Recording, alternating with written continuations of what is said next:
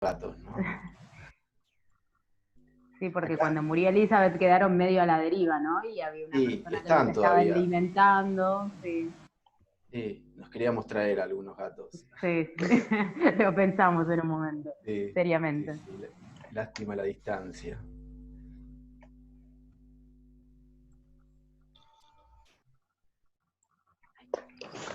Hola, Rosy. Hola, ¿cómo Hola andan Ruth, todos? ¿cómo andás? Hola ¿Qué Ruth, cuentan? ¿Todo bien? ¿en vos? Bien, muy bien, porque ayer estuvimos leyendo a Heidegger y me hizo acordar tanto. Estuvimos leyendo Serenidad, qué cosa más hermosa, qué final vegetal. Bueno, hoy podrías hacer algún aporte relacionado a eso que es muy interesante. Sí, eso, recordar ese final que me pareció tan hermoso.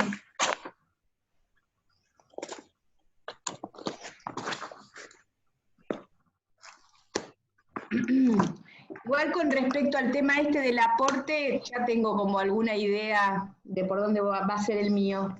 Bueno, Pero bueno, todavía es secreto porque voy a mentalizarme. bueno, Pero sí que fue muy hermoso estar leyéndolo un poco a Kusch junto con Heidegger, es como que resuenan los dos como tan cercano.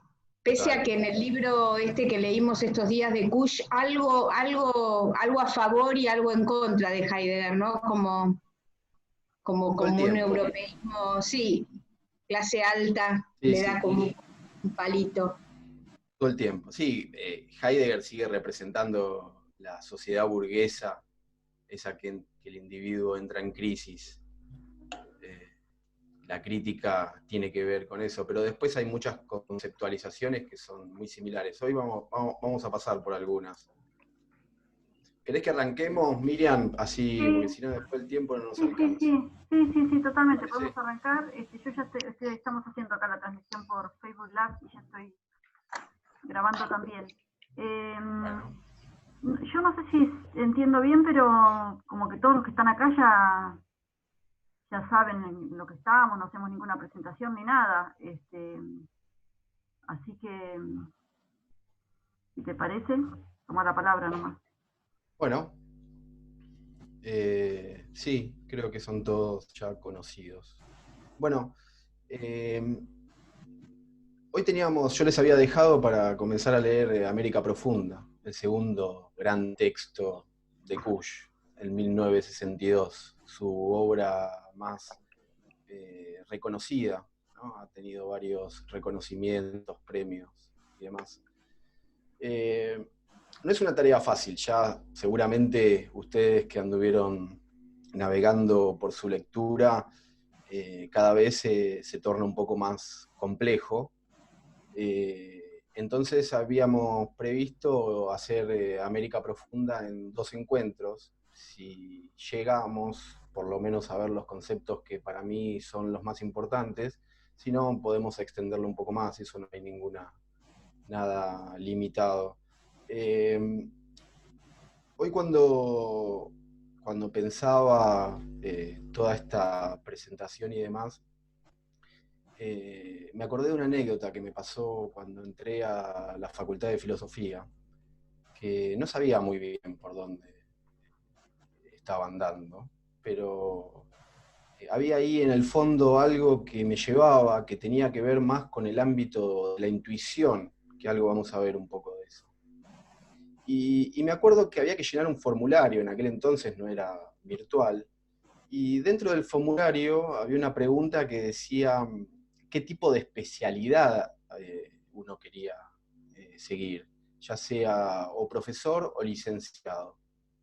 Yo no tenía ni idea qué era cada cosa, no sabía qué significaba ser un licenciado y qué significaba ser un profesor. Pregunté ahí con los que estaban conmigo y todos tenían esa lógica de decidir en tanto salida laboral. Entonces te decían, bueno, si elegís la licenciatura, podés trabajar acá en el terciario, en universidades, si elegís el profesorado, el ámbito es más amplio. Pero yo ya había tenido una intuición fuerte que era seguir el camino del profesorado, sin saber explicar muy bien por qué lo había decidido. Y bueno, más o menos para graficar un poco el espíritu de América Profunda, ¿no? ¿Por qué digo esto? A ver si va a entender este ejemplo con lo que voy a comentar ahora. Fíjense que en América Profunda comienza con un exordio. Yo no sé si les di para leer el exordio, me parece que se me pasó, pero es muy importante. De todas maneras se lo puede leer después, es muy cortito. Él hace ahí un resumen de lo que es el libro. Pero fíjense qué interesante esto del exordio, porque el exordio vendría a ser como una especie de introducción a la introducción.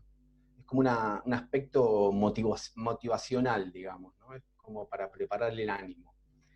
Y automáticamente en las primeras frases, Kush dice que lo que intenta hacer es buscar el fundamento que no había estado en el texto que trabajamos la clase anterior, La seducción de la barbarie.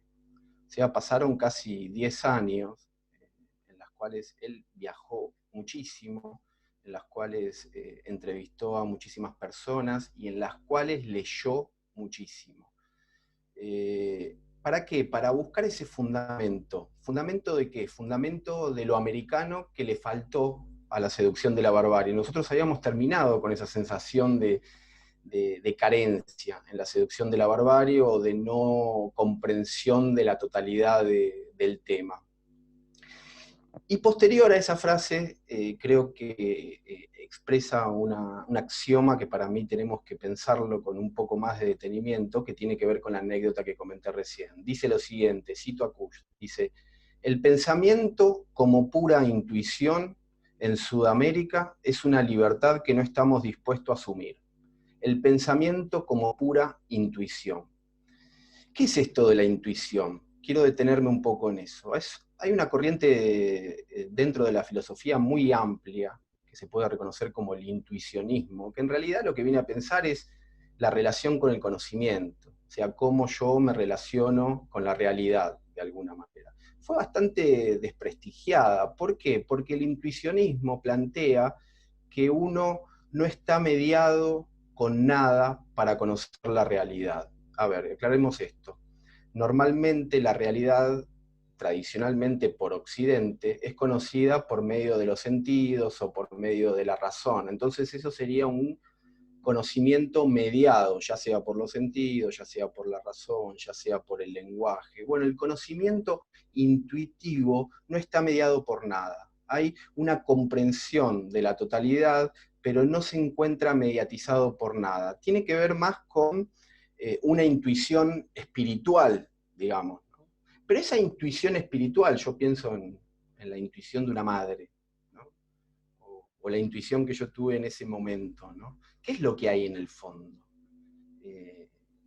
¿Accionan leyes del pensamiento, leyes previamente ya establecidas? Bueno, lo que pone en discusión el intuicionismo es que por medio de esa intuición, que se pone en juego la emoción, el ámbito emocional, uno adquiere o reconoce cuál es el valor de esa situación, ¿no? Hay un valor que uno no puede reconocer, que no puede describir con los sentidos, que no puede describir con las palabras, sino que tiene que ver con otro ámbito. Esto que toma Kush lo adopta de un pensador muy influenciable en el pensamiento, influyente en el pensamiento de él, que es Max Scheler. Toda la filosofía alemana es muy determinante en el pensamiento de Kush. Bueno, Max Scheler, que nace en 1874 y muere en 1928, construye toda una teoría en la que sostiene que la intuición emocional es la forma de conocer cuál es el valor de las cosas. Por ejemplo, la belleza, el bien, uno lo conoce por medio de una intuición un tanto emotiva, ¿no? Es bello en tanto genera un tipo de emoción, y es feo en tanto genera otro tipo de emoción, ¿no? Entonces la emoción en la intuición va a ser aquello que determine la certeza. Entonces dice, no queremos asumir esa intuición sudamericana, pero la pregunta que nos hacemos, ¿cuál es la intuición sudamericana de la que habla Kusch? Bueno, es todo el libro que él va a desandar. La intuición sudamericana él la encuentra en el mundo precolombino, principalmente en el viracocheísmo. ¿Qué es esto del viracocheísmo? Refiere a Viracocha, el dios del pueblo inca. Durante todo este tiempo, desde la seducción de la barbarie hasta América Profunda, él se va a sumergir en lecturas que tienen que ver con los pueblos precolombinos, principalmente con el pueblo inca. Cito algunos, después si quieren les puedo pasar los textos porque yo anduve leyéndolos en el Facebook. Imbelloni, José María Arguedas, Luis Barcalcel, son todos autores en los cuales indagan sobre la cultura inca. ¿Por qué es tan importante la cultura inca en este momento y por qué toma a Viracocha, el dios de aquel imperio más grande de Sudamérica, ¿no? Porque en Viracocha o en el viracocheísmo encuentra la dialéctica americana. Es como decir, en el cristianismo podemos encontrar la dialéctica occidental, podemos plantear. Bueno, él encuentra la dialéctica americana en el viracocheísmo, ¿no? Y en ese exordio él dice, pero ¿cuál va a ser el método para investigar esta intuición sudamericana? Bueno, primer requisito fundamental es viajar, ¿no? Ahí hay un punto muy importante, porque el viaje, que dice Kusch, comer junto a su gente, ir a las mismas fiestas, ¿no? Es lo que él va a reproducir a lo largo de todo su trayecto teórico. Pero no solamente el viaje para poder contemplar y acercarse al otro, sino la investigación, la lectura, ¿no? De estos autores que yo anduve nombrando recién. Entonces dice, podemos hacer un bosquejo de América Profunda. Lo que va a analizar de alguna manera es que son dos modalidades, ¿no? Sigue esta dialéctica, ¿no? Que ahora va a terminar en el ser y en el estar. Pero esta dialéctica que estaba previamente en la seducción de la barbarie, que habíamos hablado de una verdad de forma, una verdad de fondo, bueno, continúa. Pero acá él trata de darle un fundamento, tratar de buscar la respuesta del porqué, ¿no? Una base en donde poder plantear su teoría. Hay dos tipos de modalidades. Una modalidad que tiene que ver justamente con una modalidad profunda de la cultura precolombina. Ahí va a aparecer la figura de Santa Cruz Pachacuti, que algo vamos a hablar ahora. Y por el otro lado, una modalidad burguesa, de la Europa del siglo XVI, ¿no? La Europa del siglo XVI, que tiene que ver con una Europa que toma dominio de América, ¿no? Y que propone de alguna manera esa economía globalizada, y que fagocita, ¿no? A la cultura esta precolombina, ¿no? Esa fagocitación que vamos a ver la semana que viene, que tiene que ver con la segunda parte de América Profunda, tiene que ver con esos prejuicios que tienen las minorías, ¿no? Y que incorporan conceptos propios de las élites, como por ejemplo lo ediento y lo pulcro, ¿no? Lo pulcro, que tiene que ver con esta modalidad burguesa. Cuando hablamos de modalidades, tanto burguesa como la modalidad de la cultura precolombina, ya ahí nos está hablando Kusch de que el texto de América Profunda es un texto de ética, principalmente. Cuando hablamos de ética estamos hablando de las conductas, de los modos de ser, ¿no? Bueno, tanto lo pulcro como lo ediento van a ser dos categorías con las cuales él va a poder analizar esta ética, ¿no? La pulcritud tiene que ver con esa modalidad burguesa de lo recto, de lo cuidado, de lo limpio, y lo ediento tiene que ver con esta cultura precolombina. Fíjense qué interesante esto del odiento, ¿no? El hedor, ¿no? La categoría del sentido del olfato, del olor, ¿no? Dice Kusch en América Profunda, eso es lo que se siente en el Cusco. Claro, él en ese tiempo viajó no solamente hasta Perú, sino que siguió más arriba también. Dice, se siente en el Cusco. Dice, es todo aquello que se da más allá de nuestra ciudad natal. Lo ediento es todo aquello que se da más allá de nuestra ciudad natal. Dice, es el rostro sucio que debe ser lavado. Y acá me gustaría detenerme un poco. El rostro sucio que debe ser lavado. O sea, lo hediondo hay que volverlo pulcro. Si nosotros pensamos estas categorías con los ítems o las temáticas que yo propuse para indagar estos encuentros, que son el de educación, el de género, el peronismo, el de la filosofía, ¿cómo sería esta dicotomía entre lo pulcro y lo hediondo? Bueno, en la educación lo conocemos muy bien, o sea, ¿cómo sería ser pulcro al hediondo? Bueno, hay que normalizar al indio, hay que educarlo al indio, ¿no? Hay que lavarle el rostro, hay que incorporarle los valores de la ciudadanía, hay que incorporarle los valores de la pulcritud. Si lo pensamos en el género, podemos pensarlo tanto en el hombre y en la mujer, como la mujer, por ejemplo, tiene que feminizarse, ¿no? Yo pensaba, digo, desde la depilación, desde la limpieza, desde ciertos modelos propios de la pulcritud,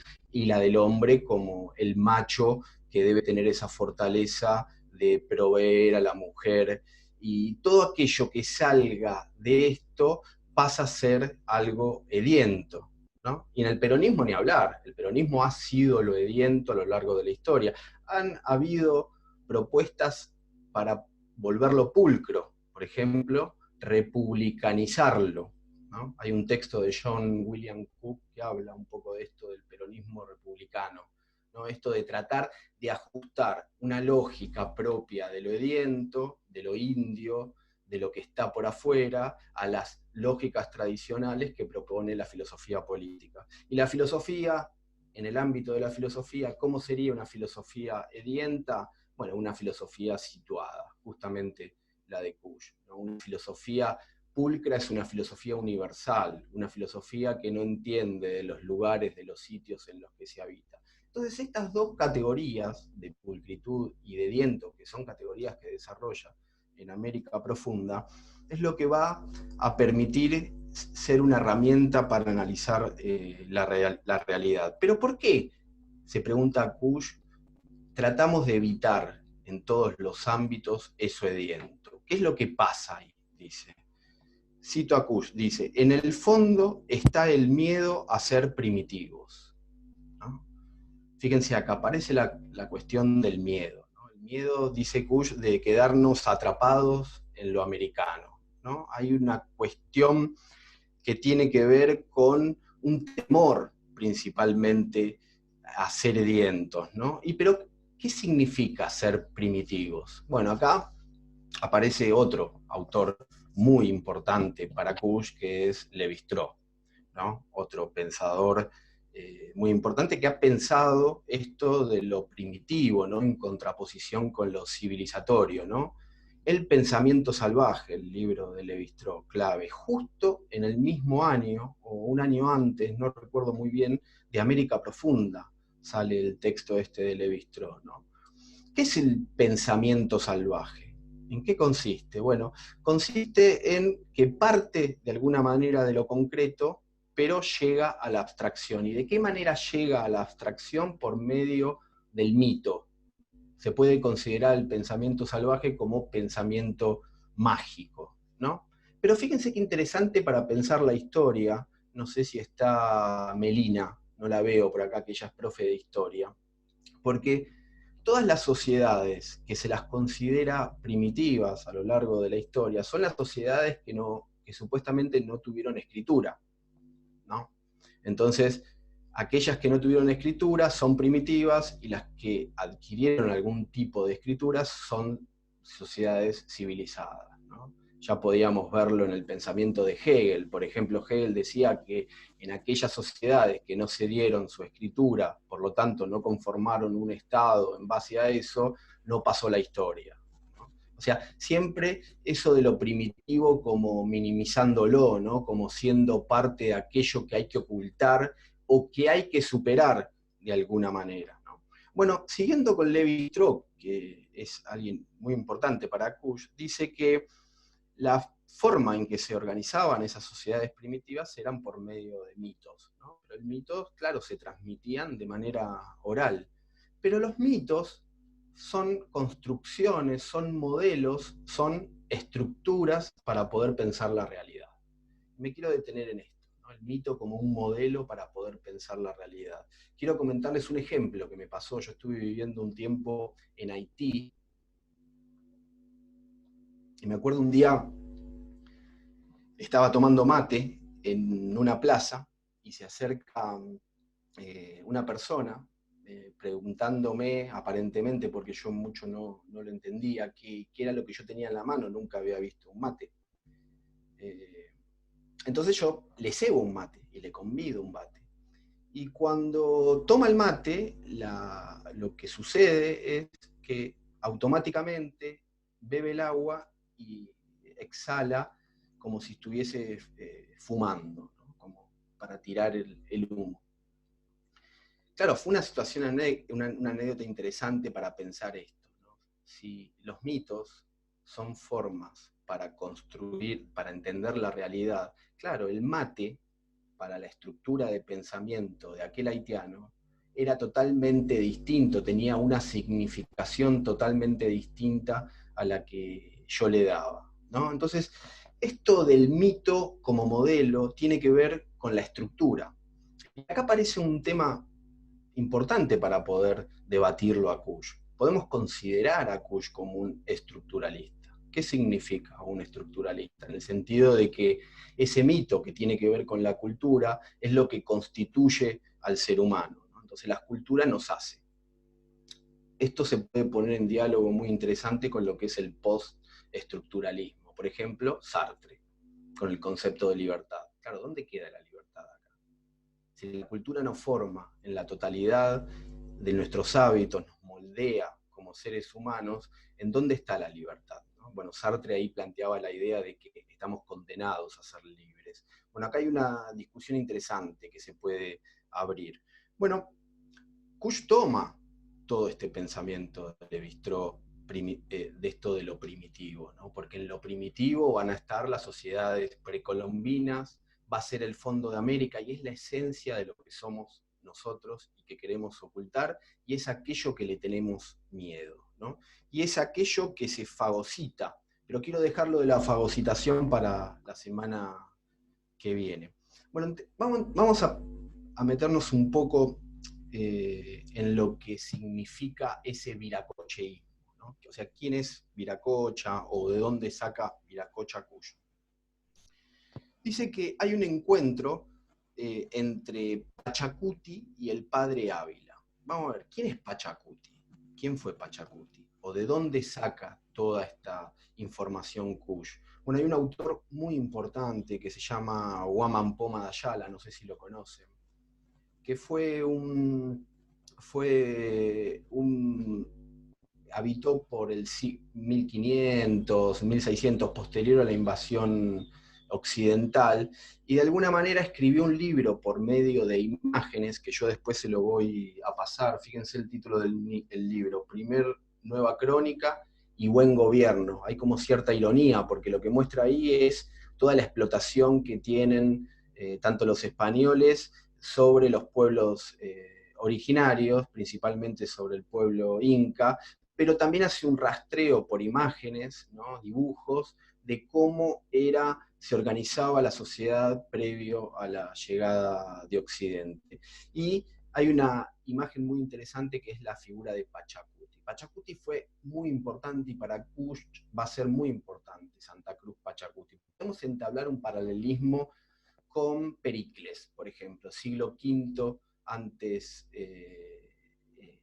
de Cristo, ¿no? O sea, es el momento en que la sociedad toma su punto más alto, ¿no? Por ejemplo, fue un gobernante que de alguna manera organizó el pueblo, el imperio inca, y quien le dio potencia a eso, ¿no? Bueno, por ejemplo, se dice que Machu Picchu, no sé si alguien estuvo, fue construido de alguna manera como una finca para Pachacuti, ¿no? Quedó ahí una cosa muy extraña.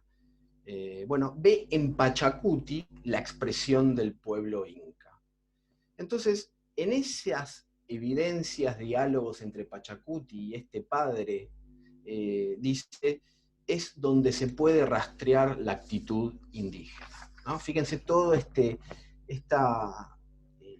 rastreo que hace Kusch casi muy, muy profundo para ver dónde encontrar la raíz de lo americano, ¿no? Y el libro da ciertas cualidades que aparecen en ese diálogo del dios Viracocha, ¿no? Hay uno que me gustaría comentarles que es interesante, que va en relación a estos ejes que hablamos, que tiene que ver con la educación. Se plantea la idea de Viracocha como maestro, ¿no? Como maestro de que hay un dios que es creador, obviamente, que de alguna manera sigue accionando, es un dios presente todo el tiempo, pero enseña de alguna manera cómo debe ser el aprendizaje. Dice en algún momento, se debe moldear la naturaleza como de la misma manera se moldea la mente humana, ¿no? Esto de moldear va a ser muy importante, lo vamos a retomar ahora un poco más adelante. ¿Por qué? Porque plantea un antagonismo fuerte con la idea de la transformación, ¿no? Cuando uno se piensa en el molde, está pensando en cómo, por ejemplo, el pueblo inca ha moldeado el accionar del agua, ¿no? O sea, cómo ha llevado el cauce del agua para que pueda llegar a todas las personas, pero no había una modificación del agua, ¿no? Solamente había una especie había un respeto sobre el agua, ¿no? Entonces, esto lo vamos a pensar un poquito más adelante. Pero, ¿qué significa Viracocha o qué significa el pueblo precolombino? Es la expresión de la naturaleza. Lo que se quiere evitar o a la que le tenemos miedo es a la naturaleza. Es muy interesante para pensarlo ahora esto, ¿no? La ira divina. Esto es el concepto de la ira divina. Fíjense la ira, ¿no?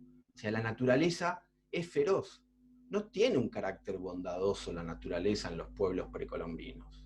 No es una mirada de una naturaleza buena, ¿no? Como podemos pensar a Rousseau, que planteaba que la naturaleza, y tanto la naturaleza humana, es buena. No, acá la naturaleza tiene una ira, ¿no? Es feroz.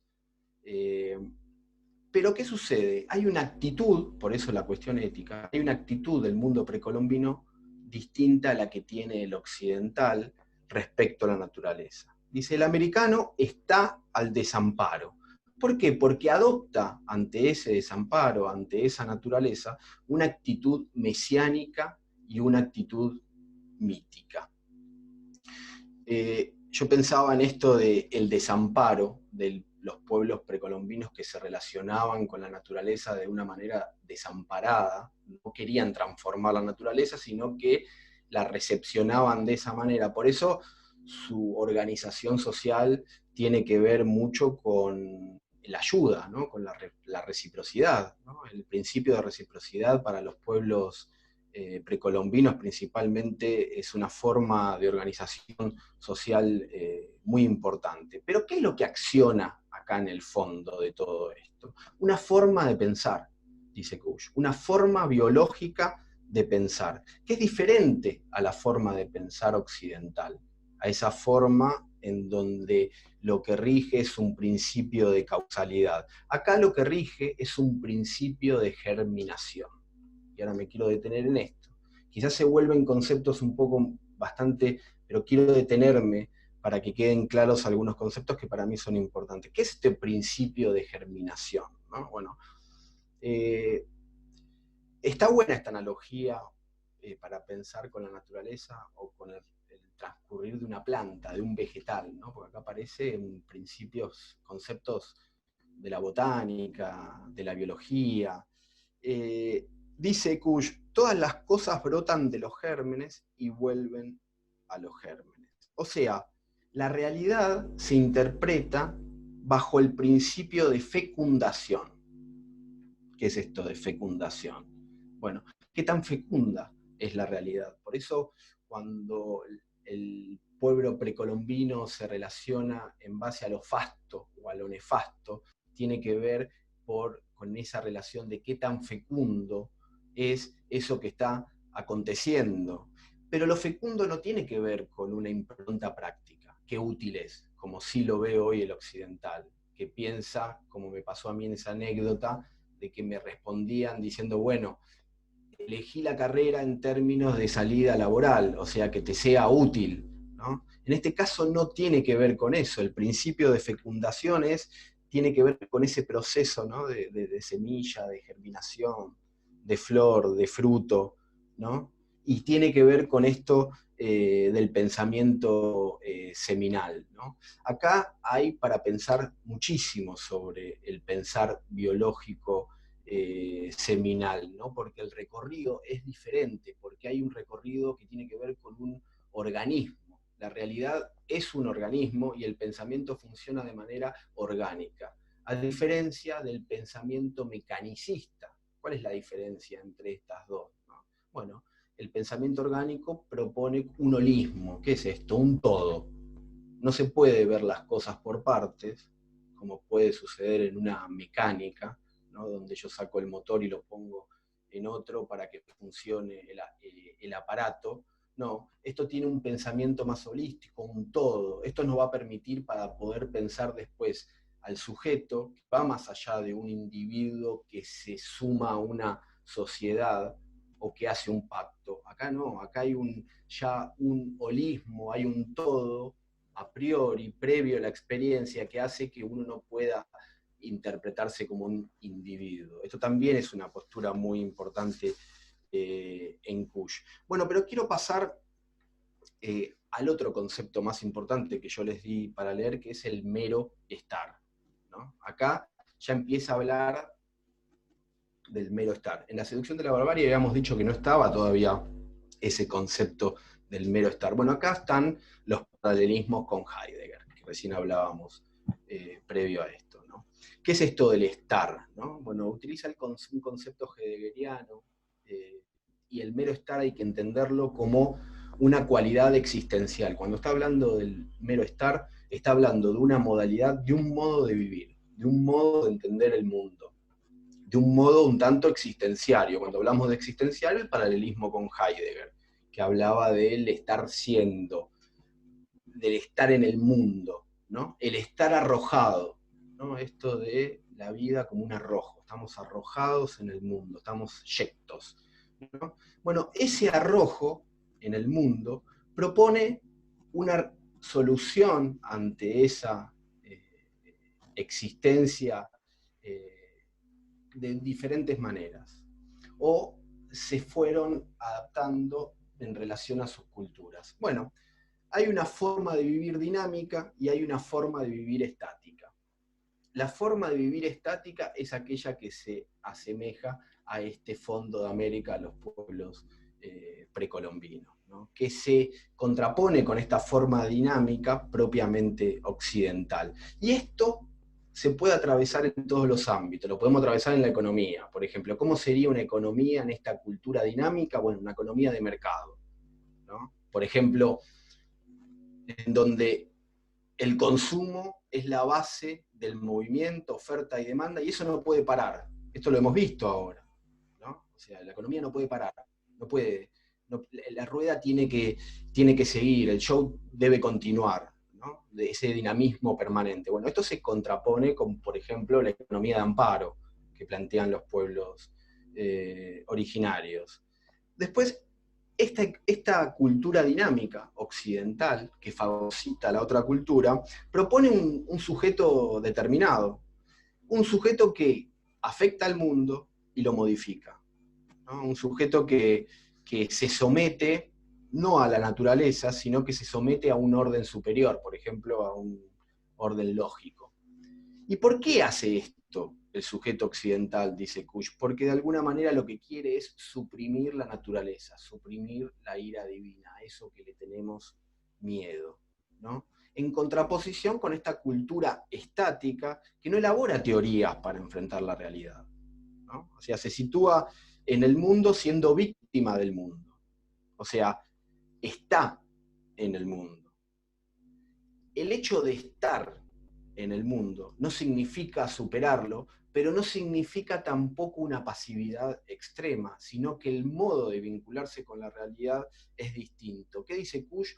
Lo conjura al mundo. Fíjense el pensamiento mágico y mítico que aparece acá, ¿no? ¿Qué es conjurar? Impedir o evitar una situación peligrosa. No es que no se acciona con el mundo, sino que el modo de relacionarse con el mundo es diferente. De acá el ejemplo que habíamos planteado en aquella oportunidad de la bomba hidráulica, ¿no? Que ante una posibilidad de sequedad del campo, el occidental plantea la propuesta de la técnica y la resolución de una bomba hidráulica, mientras que el abuelo del caserío aymara propone una vincularidad mítica y de conjurar el mundo, ¿no? Bueno, estas dos culturas, tanto la dinámica como la estática, participan de un mismo miedo, pero ambas le dan soluciones diferentes, ¿no?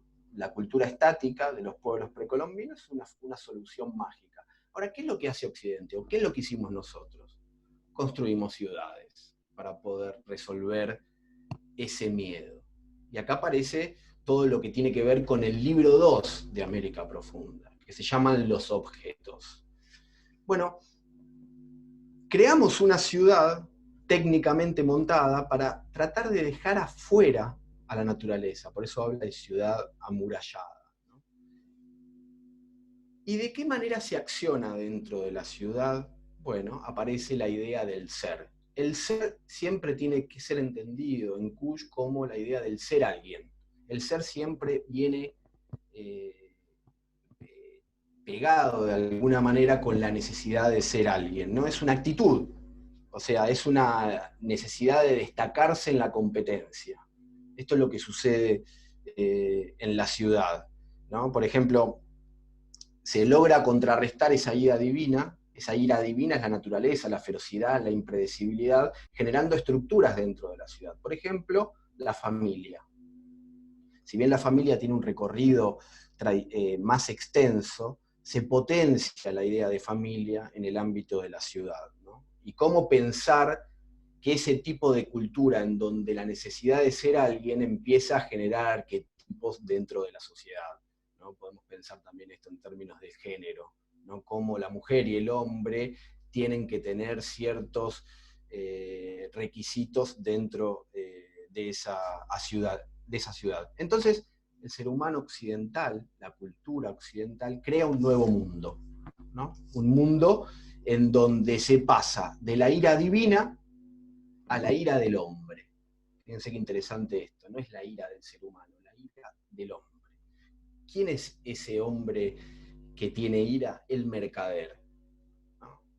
Ese mercader, ¿quién es el mercader? Bueno, el mercader tiene una larga historia, ¿no?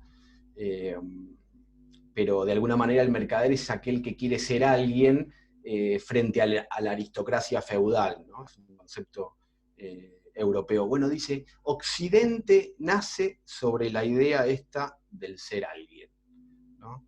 Esta idea del ser inteligente, esta idea de que se toma la ciudad como ombligo del mundo. Esto se ve muy claro cuando uno prende los medios de comunicación, ¿no? Este unitarismo. Los medios de comunicación están hablando del porteño todo el tiempo, ¿no? Además, uno pone y dicen el pronóstico para Capital Federal, ¿no? Esto de que se creen los de la ciudad como el centro y como ombligo del mundo, ¿no?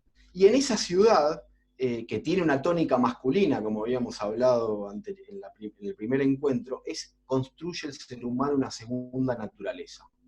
¿En qué consiste esa segunda naturaleza? En una naturaleza que trate de evitar la naturaleza originaria. ¿De qué manera? Con el concepto que Kusch va a desarrollar, que es el patio de los objetos, ¿no? Este concepto de patio de los objetos es tomado también por un filósofo alemán que se llama Nikolai Hartmann, que es quien desarrolla esta teoría del patio de los objetos, ¿no? Que es propia de la lógica de la ciudad y es propia de la lógica del mercader.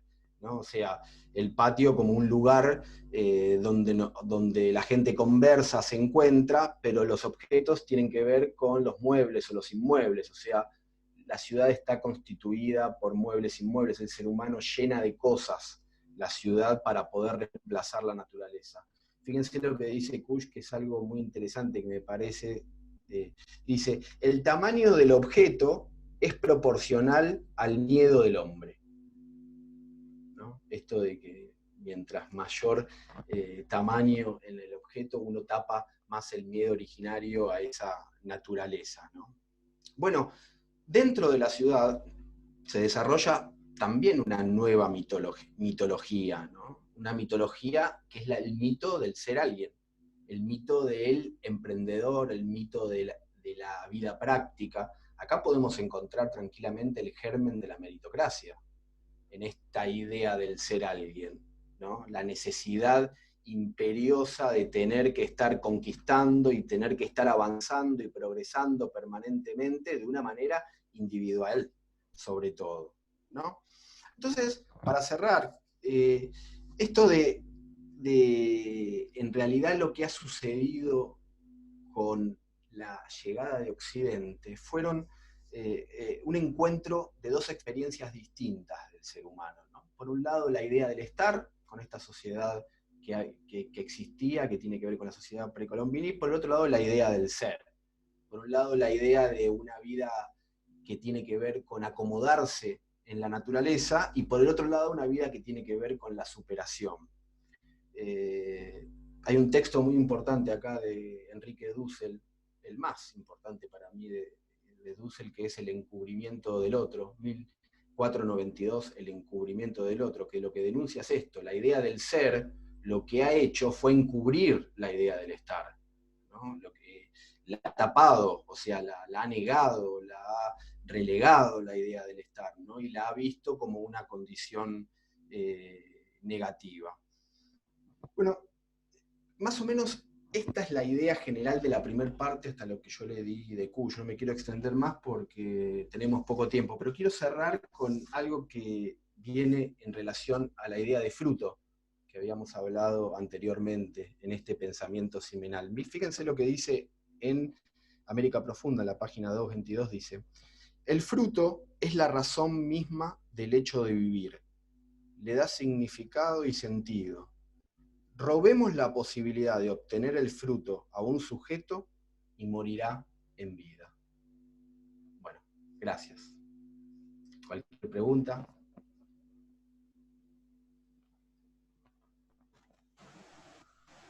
Gracias, Gastón. ¿Se entendió? ¿Fue muy rápido? No, fuiste claro, digamos, sí. O sea, me pareció que fuiste muy didáctico. Se nota que sos profesor. Sí, eso sale. A veces repetitivo. No, pero ahora, Miriam, me gustaría, porque seguramente tenemos poco tiempo, pero media hora no es poco tiempo. Quiero que me comenten la experiencia que han tenido, si han leído, o alguna pregunta de lo que he dicho, o alguna reflexión. Quiero que quede libre para eso. ¿Te parece, Miriam? Sí, perfecto. O sea, yo, mientras no haya superposición y todo, vamos a hacerlo lo más espontáneo posible, pueden tomar la palabra. En cuanto vemos que empiezan a poner, vamos a empezar a pedir la palabra, pero si no, mientras tanto... Ahí Ruth está queriendo... Claro, sí, perfecto. Ruth, nomás. No, viste en esta cosa de pensar en la polaridad y también al mismo tiempo de pensar en las cosas en común. Viste que obviamente que lo que estoy preguntando, yo estoy segura que estoy equivocada, porque por algo no solamente está Kusch, sino Dussel y no sé, muchos más, Kuschen, pero yo no siento tanta oposición con lo occidental, ¿no? Ni tampoco como tan americanista y único, aunque en lo concreto diría que sí, porque es muy particular la diferencia, pero a mí me resuenan cosas de lo que vos estuviste diciendo, me resuena Nietzsche, me resuena Spinoza, me resuena Heidegger, no completo, me resuena Deleuze, con el tema de la semilla y el tema de ese planteo de cómo Deleuze ve el crecimiento, y también me resuenan cosas orientales, ¿no? Como que veo una polarización que intenta hacer Kush con lo americano, que yo no la siento tal, pero bueno, por ahí es como hay algo de fondo de lo que no logro darme cuenta, o qué sé yo. O sea, esta cosa de lo diabólico, de la máscara, de que ese miedo tiene que ver con esa máscara que, no sé, yo en Nietzsche lo he leído, lo dionisíaco también, ¿no? Como que se junta con algo de lo griego. Eso, como que uno intenta, de lo que fue aprendiendo, ver que hay cosas que están, digamos, en otros pensadores. Totalmente. Sí. Ahí hay algo bueno para pensar. Sí, yo di algunos autores en los cuales él se basa, sigue siendo en algún momento el esquema occidental para poder interpretar el mundo. Pero hay algunas diferencias interesantes. Nombraste un montón de autores, ¿no? Uno puede pensar en lo dionisíaco y apolíneo de Nietzsche, cómo lo apolíneo podría ser esta razón occidental y lo dionisíaco podría ser lo americano. Pero hay algo que todavía en América Profunda no aparece, que sí creo que aparece en los últimos textos de Kush, que va a tener que ver con esto del culturalismo, esto de que todas esas categorías en las cuales uno analiza principalmente están situadas y se basan en una experiencia concreta, ¿no? Y ahí me parece un punto importante, porque todas esas expresiones de los filósofos no tenían un anclaje en el suelo, de alguna manera, ¿no? Sí había un historicismo, pero no había un anclaje claro en el suelo, que sí creo que en Kush aparece, ya después en un texto que vamos a ver, que es Geocultura, que trabaja ahí el concepto de cultura y cómo este miedo se relaciona con el concepto de cultura.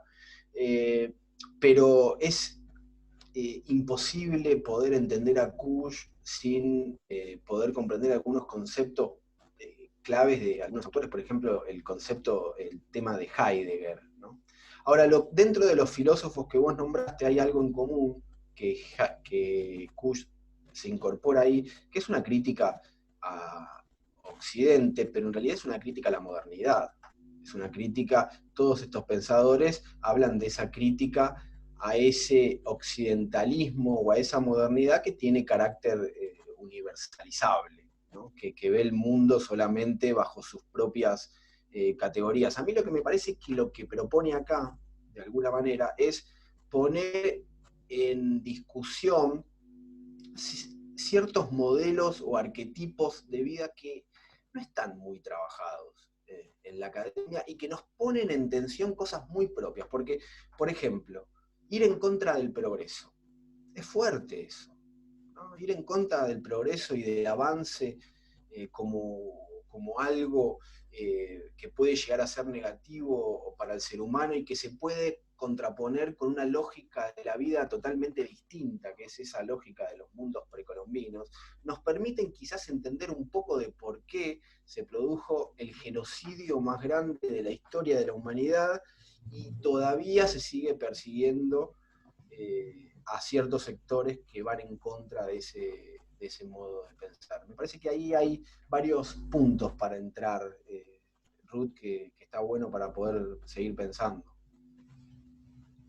Pero gracias, porque lo que me dijiste me aclaró más, porque ahí sí se reúnen estos pensadores.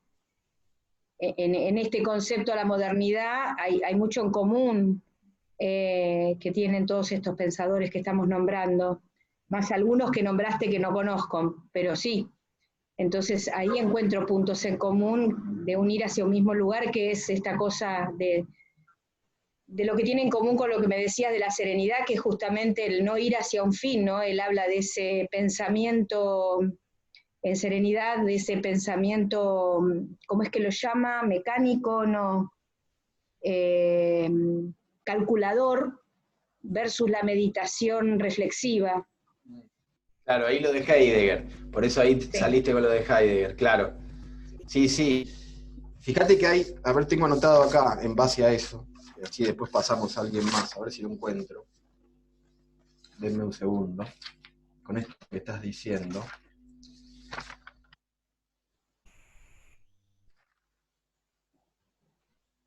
Tenemos, dice Kuhn, al final del libro 2 de América Profunda, dice, tenemos el conocimiento de la piel para afuera. Nos permite asegurarnos del exterior que nos acosa. ¿Qué sucede de la piel para adentro?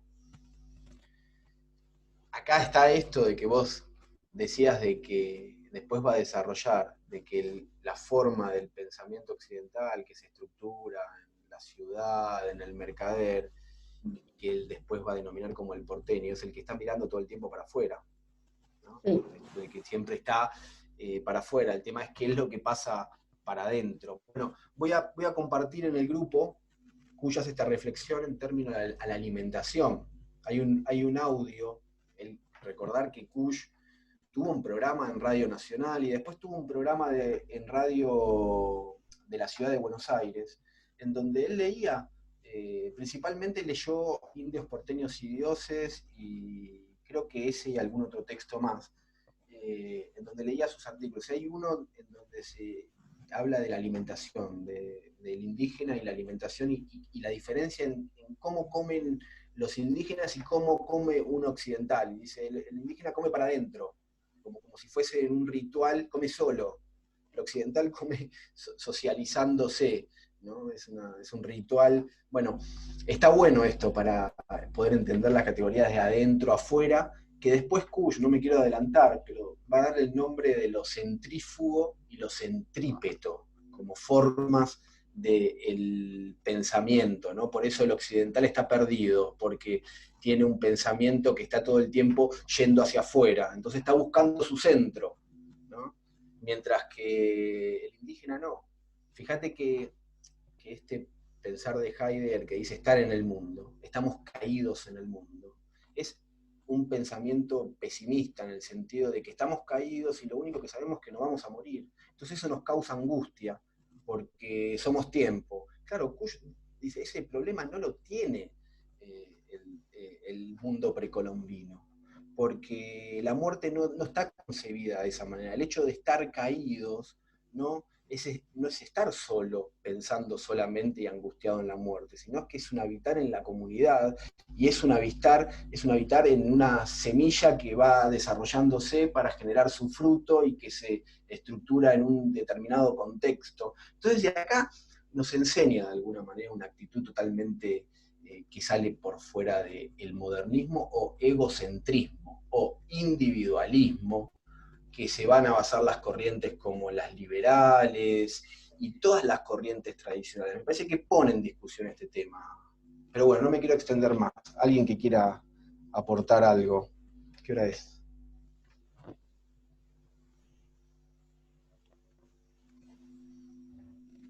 No, sí, tenemos tiempo, son las 6 y media horita más. Bueno. Yo quería hacer un comentario muy sencillito. Sergio, sí. En una época yo fui al Río de la Plata a navegar a vela. No sé si alguien navegó. No. Pero esta diferencia entre el ser y el estar es muy notoria en el navegante. En la navegación deportiva, entre el carácter y el espíritu del que navega a motor y el que navega a vela. Porque en la navegación a vela es esta cosa de amoldarse a la condición meteorológica, a la naturaleza, y acompañarla. El que navega a motor, si se le dificulta, aumenta la velocidad, aprieta el acelerador, y en el mejor de los casos es un gran corredor por el agua.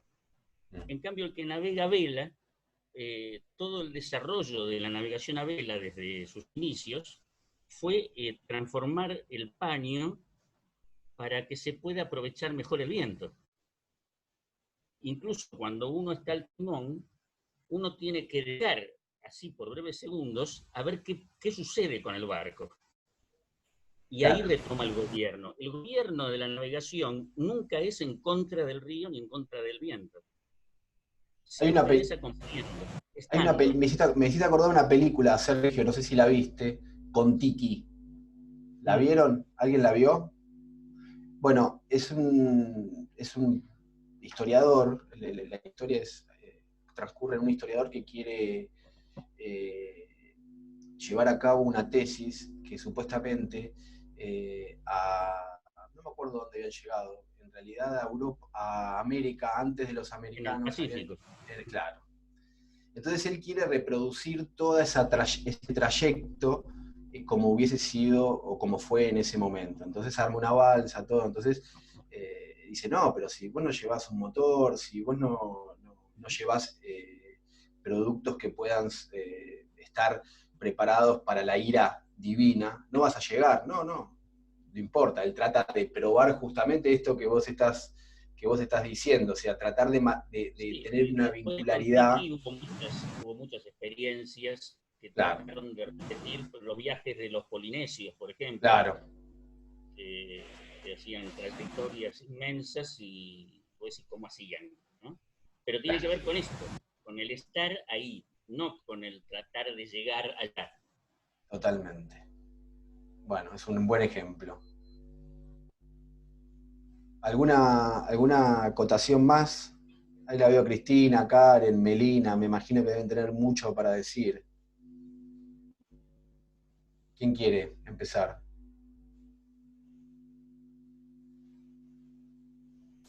Bueno, Karen. yo empiezo. Eh, cuando yo igual me cebé porque seguí leyendo, o sea, llegué a la fagocitación y todo eso, pero me pareció re interesante una parte que la leí como 80 veces para intentar agarrarla más calmada, que es la de los profetas del miedo. Bueno, me Espectacular. pareció como muy zarpado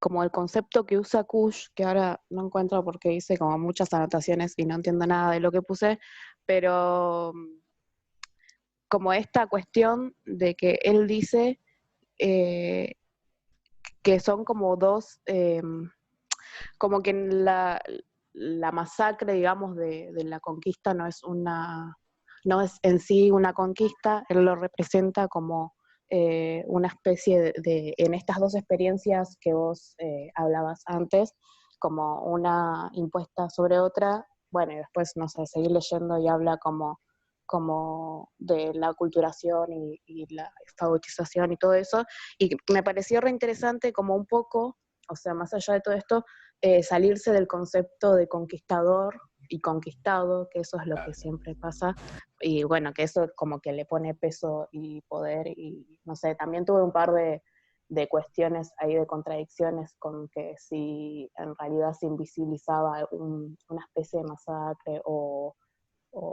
no sé, más cosas, pero como que me pareció interesante quizás poner un foco con respecto al lenguaje, como salir un poco del conquistador y conquistado y entenderlo como más allá de algo que es un hecho.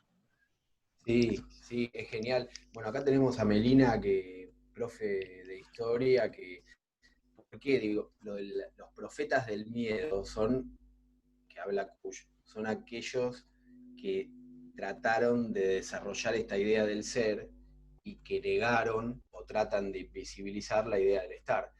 Lo paradójico y lo interesante para pensar es que dentro de los profetas del miedo está Colón, está Bizarro, está Pizarro, San Martín, Belgrano, Pizarro, Nombra.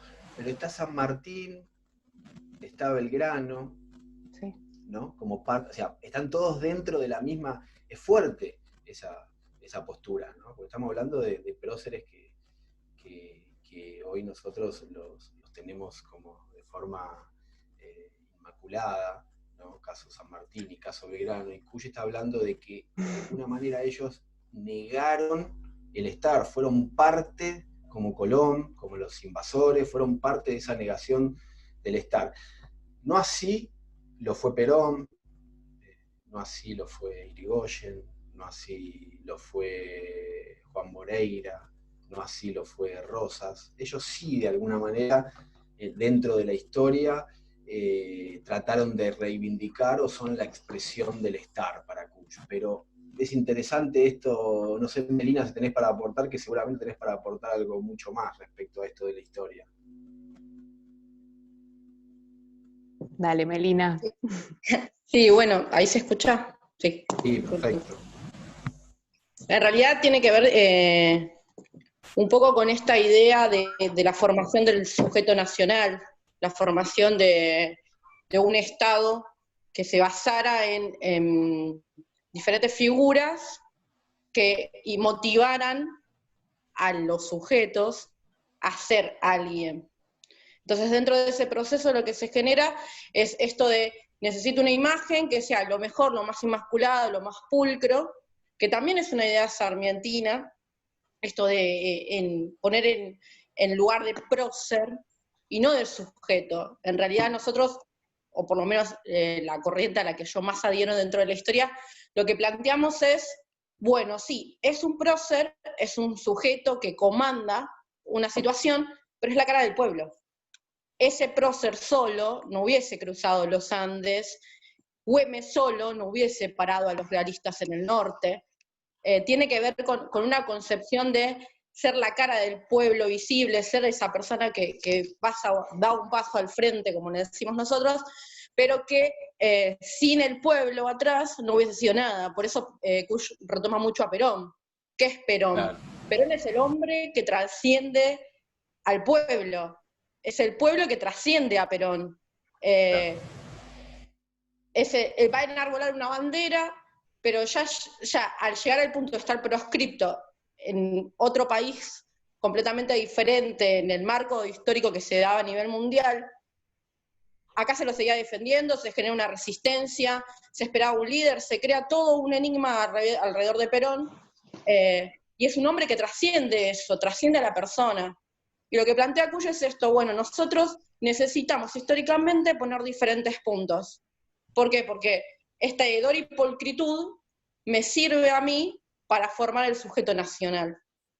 Y es lo que hace Sarmiento.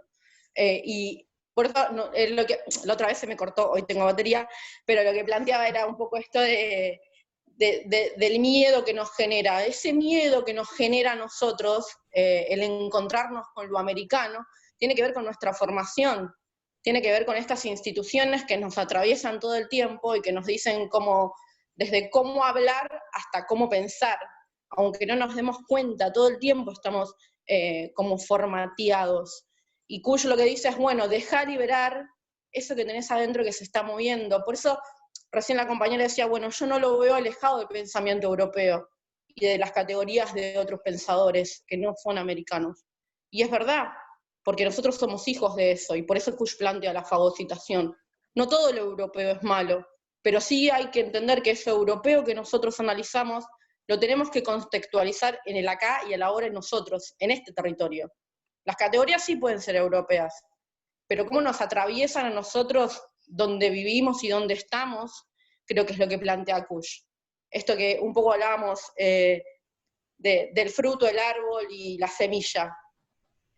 Para mí es eso, es el pensamiento eurocéntrico retomado desde lo que somos. No hay forma de ver el mundo si no la vemos desde lo americano. Y tenemos tan negado esto que nos cuesta horrores romperlo. Pero tiene que ver con que nosotros hagamos este desandaje. Sí, está bien, la categoría es europea. Hasta ahí estamos todos de acuerdo. Ahora, eso, visto desde América, ¿cómo aplica?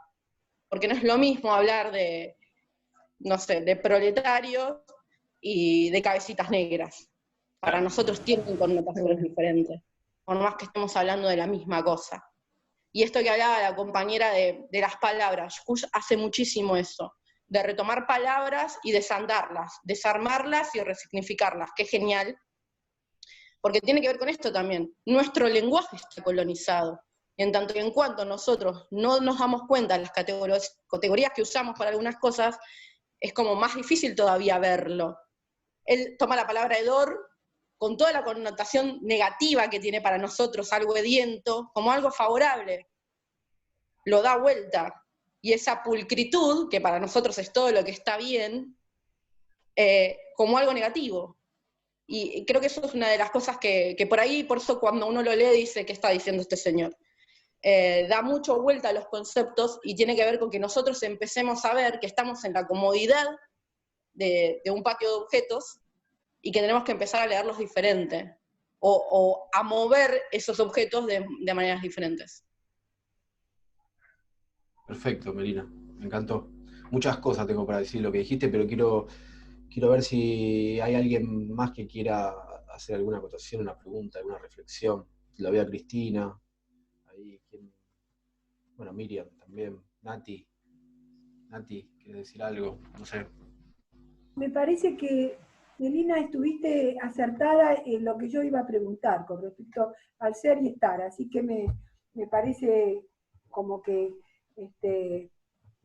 fue satisfecha mi pregunta. Sí, creo que lo que yo iba a preguntar tenía que ver con la formación del ser nacional. Y esto que vos dijiste, ¿no? El estructurarse como la formación del peronismo en el siglo pasado, que todavía nos cuesta, digamos, definirlo, bueno, tiene que ver con esta visión del ser y estar, ¿no? O sea, ¿a qué apuntamos, no? Sí, y hay un problema central ahí, que es la denuncia, para mí una de las denuncias más importantes de Kush, que la peligrosidad que tiene negar el estar, no solamente lo peligroso de negar nuestras raíces, ¿no? Recordar que el pensamiento de Kush de alguna manera se posiciona en un pensamiento arraigado, como también es el pensamiento de Heidegger en ese concepto, ¿no? Arraigado en el sentido de que las categorías surgen de la cultura, del lugar, ¿no? Surgen del mundo precolombino, pero también surgen del bar, de un bar, de un café en pleno centro de capital, por ejemplo, ¿no? O en las periferias. Esto de traer conceptos desde afuera y que sirvan como formas arquetípicas de mirar el mundo, ahí eso nos plantea varias cosas. En primer lugar, es una estructura que se va modificando como se va modificando la cultura. Por eso una de las cosas que yo planteé es cómo traemos a Cuyo hoy, cómo lo pensamos, porque no es acá pensar el mundo desde solamente los pueblos originarios, ¿no? Los pueblos originarios es muy interesante porque se vivencia muy bien esa contraposición feroz, esa imposibilidad casi de relación cultural, porque la relación cultural no ha sido más que la supremacía de una por sobre la otra, porque hay caracteres antagónicos en su esencia. Pero más allá de eso, lo que propone es esta reformulación permanente a la hora de analizar la realidad, más allá de los parámetros propiamente occidentales. Podemos pasar por la historia, podemos pasar por cualquier aspecto con la filosofía.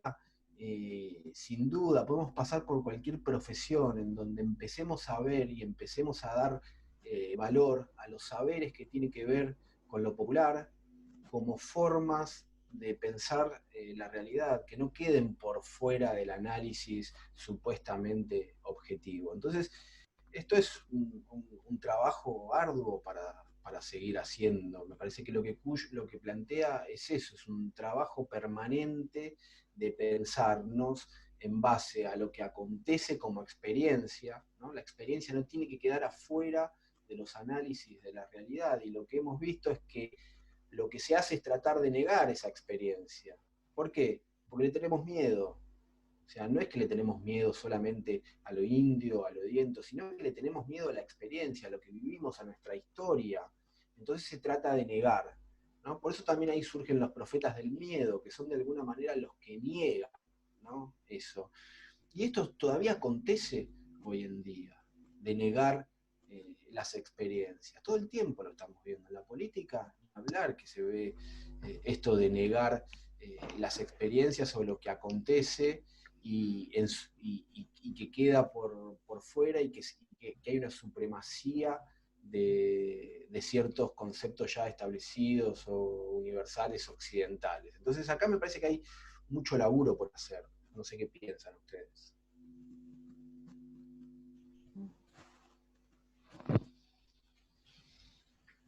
sabés, Gastón, que estaba como buscando algo para leer que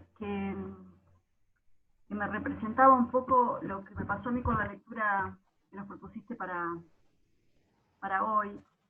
Me costaba encontrar algo que fuera sintético, ¿no? Pero voy a leer esto que dice,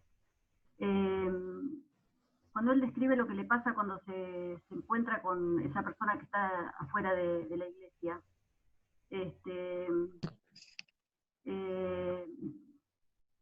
Estábamos ahí como si nada oyéramos y nos sentíamos recelosos y acobardados, porque todo eso no es lo que acostumbramos a tolerar.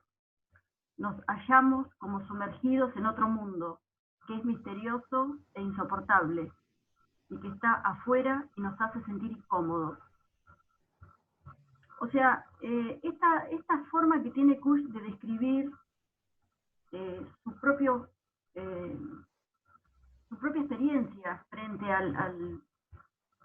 bueno, en este caso a esta persona, ¿no? Pero es frente a ese otro mundo que funciona con otras lógicas diferentes de la lógica más civilizada. A mí me gusta como, o sea, lo que a mí me llama mucho la atención y me atrae de este pensador, es como si él, yo siento como si él, primero como si él desnaturaliza cosas que para nosotros están totalmente naturalizadas, ¿no? Entonces las describe de una manera en la que uno dice, ah, mira vos, o sea, esto es así, es mi formato, es mi cultura, pero como si él no lo pensara en términos de oposiciones, ¿no? Lo que antes era malo ahora es bueno y lo que antes era bueno ahora es malo, o sea, como que la forma en que él estructura tuviera como si fuera como otro nivel más bien que un intercambio entre los buenos y los malos de antes, ¿no? Y desde ahí, lo que me gusta, lo que me atrae, es como si él tuviera una forma, no sé, me sale la palabra respetuosa de acercarse al otro, ¿no? Como realmente el otro es otro distinto, y claro, nosotros por supuesto que yo, la primera, por supuesto que tengo naturalizados niveles respecto, o sea, lo que nos pasa a nosotros, bueno, yo con esto de que soy profesora de lengua, ¿no? O sea, cuando uno tiene un alumno que no maneja el español, y que es dicho hablante como de lengua materna, y entonces la primera sensación es que uno tiene es que no entiende, que tiene alguna dificultad, que algo les falta, que algo les falla, y que entonces debería, y en cambio esta otra forma de pensar, realmente lo que te hace registrar es esa incomodidad que vos sentís frente al otro, que estás parado desde otro lugar, y que te obliga a establecer con él esta relación de paridad, ¿no? O sea, así como vos no lo entendés a él no te entiende a vos, digamos, o sea, en eso estamos igual. Y es como si desde esa mirada, fuera como posible tener como una actitud más despierta, más despabilada frente a lo que es las otras culturas, ¿no? Bueno, la posibilidad de no seguir repitiendo el avasallamiento, ¿no? El avasallar lo que uno considera que es inferior, ¿no? No sé, hace muy poquito, pero muy poquito leí un académico, pero era peruano, y decía algo tan doloroso, como que las lenguas originarias, él hablaba del quichua más específicamente, pero las lenguas originarias, decía, son un cáncer para el pensamiento abstracto. O sea, un contemporáneo nuestro, ¿no? Y realmente no es una persona que dice eso y no representa el pensamiento de nadie, digamos, ¿no? Entonces, es como si pensadores como Kush, bueno, en este caso estamos leyendo a Kush, nos abriera la puerta nos abriera la mente para poder acercarnos a los otros desde otras miradas. O sea,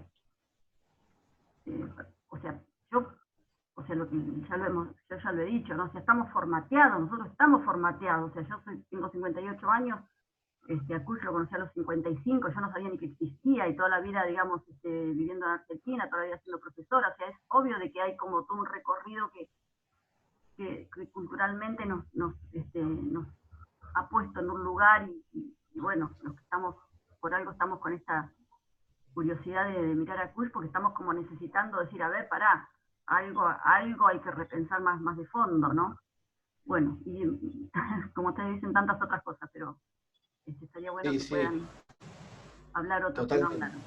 Sí, ¿quién quiere decir algo? A mí me Yo, parece bueno. perdón. No, No, no, no, no, no. yo ya Habla, hablé, habla. habla. No, yo iba No, a decir bueno, algo que por ahí retomando un poco lo que dijeron varias, vos, Miriam, Ruth, Melina también, que lo que me pasaba leyendo a Kush, y sobre todo desde la comunicación, que es mi área, es que leía Todorov, leía Foucault, leía varios. Tengo una de las frases que me gustó mucho en mi carrera de Todorov, es que la lengua es la arena de la lucha de clases.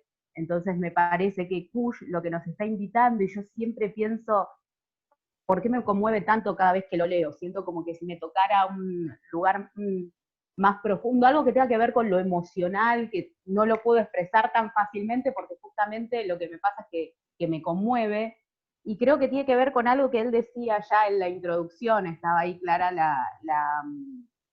la invitación, que es que nos invita a vivir, ¿no? A vivir los conceptos, esto que decía Melina en un momento, Ruth también, por ahí son conceptos con los que venimos trabajando, más europeos, occidentales, con los que ya venimos reformados o los que nos vienen normalizando, con los que nos venimos educando, pero creo que ahora los podemos llenar de sentido, por lo menos en mi caso, desde un lugar distinto, desde un lugar que me interpela a experiencias diferentes de las que venían haciendo. Es como si conectaran con mi experiencia de una manera más profunda, más auténtica.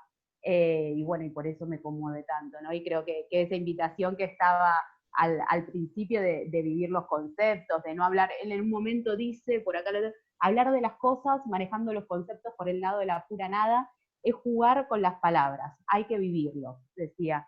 Y bueno, de ahí todo lo demás, ¿no? Es como muy interesante la invitación, y estas cosas que fueron saliendo creo que tienen que ver con ir llenándolos de otro sentido, ir construyendo el sentido donde somos nosotros los que lo vamos construyendo desde una mirada distinta. Totalmente, coincido plenamente en eso que decís, del sentido que el sentido tiene que ver con el fruto, ¿no? Esta idea del fruto, cómo nos cambia de alguna manera cierto eje que se ve que nosotros fuimos formados, ¿no? No solamente para pensar la realidad, para pensar la política, para pensar la existencia, ¿no? Esto de que nos mueve cosas para pensarlas desde otro lugar.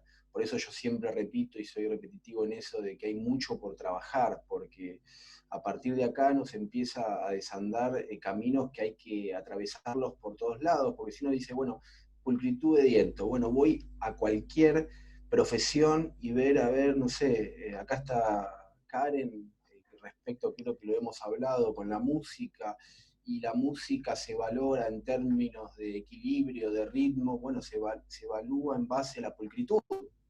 Entonces, ¿cómo sería una música dienta? Bueno, podemos atravesar un montón de cosas. Entonces siento que hay mucho por hacer. Y esto que estamos haciendo, ya estamos medio finalizando, Miriam, y los espero el lunes que viene, si les interesó.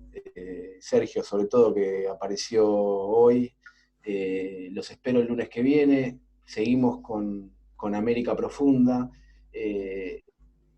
Propongo lo siguiente, que van a ser, no sé cuántos encuentros más quedan, pero vamos a pasar por los textos más importantes de Kush, y hay mucho por analizar, todavía es la primera parte, hay mucho más que va a decir Kush, entonces a la hora de dar un pensar acabado del autor, vamos a ir siendo mesurados en eso, porque todavía nos falta un montón. La semana que viene vamos con la segunda parte de América Profunda, Y bueno, yo después les voy a mandar los textos y para que puedan seguir dando. Les voy a mandar algún videíto ahí a Facebook. Sergio, ¿vos estás en el Facebook?